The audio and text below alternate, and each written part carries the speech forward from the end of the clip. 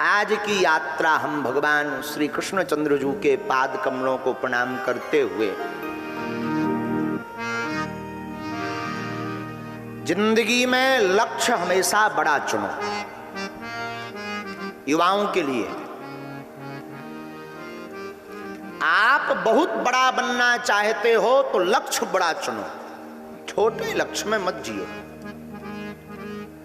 धूम्रपान से मत लड़ो, लड़ना है तो गोविंद के ध्यान से लड़ो।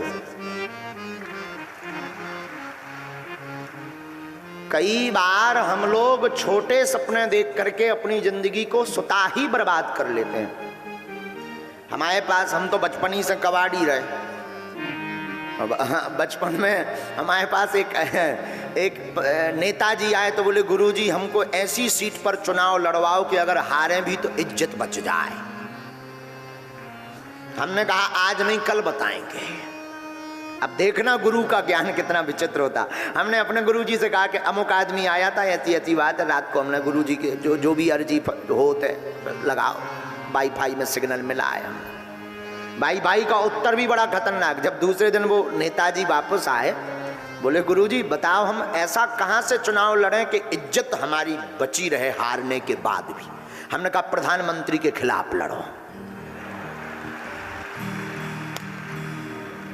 कम से कम तुम्हारे बाल बच्चे कल के दिन बड़े होंगे, वो पूछेंगे कि पापा तुम चुनाव लड़े थे तो बताना। लड़े थे लेकिन प्रधानमंत्री के खिलाफ लड़े थे, तो बताने में भी तुम्हें आनंद आएगा। ये बात बहुत विनोद की नहीं है, ये बात बहुत गंभीरता की है।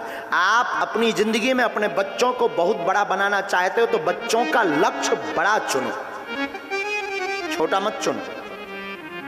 छोटा मत चुनो। बहुत बड़ा बनना है तो सपने बड़े देखना बंद करो। इसमें तुम पढ़ो मत कि तुम्हारी क्षमता नहीं है। कौन कहता क्षमता नहीं है? जब मीराबाई भगवान को पुकार पर करके गोविंद को पा सकती, सबरी 10,000 वर्षों तक तपस्या करके प्रतीक्षा करके राम को पा सकती, तो क्या तुम भारत में रह करके अपने लक्ष्य को नहीं पा सकते हो?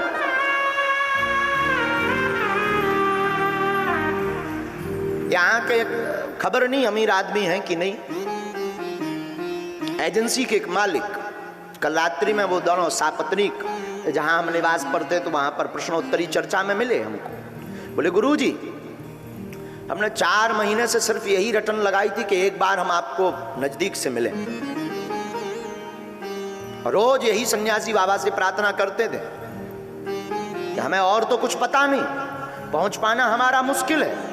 और उन्होंने बताया भी कि हमने कलेक्टर से लेकर के सबका सपोर्ट लगाया, मिल नहीं पाए।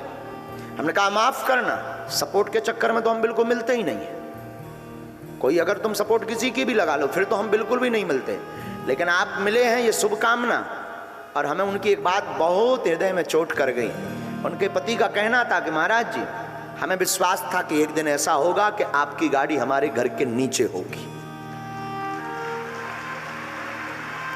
इसका मतलब वहां होगी।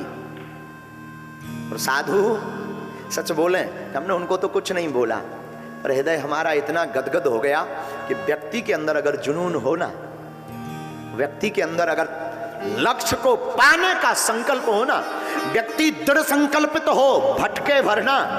हम तो धीरेन्द्र कृष्ण है, वो गोविंद भी दौड़ा दौड़ा चला आएगा।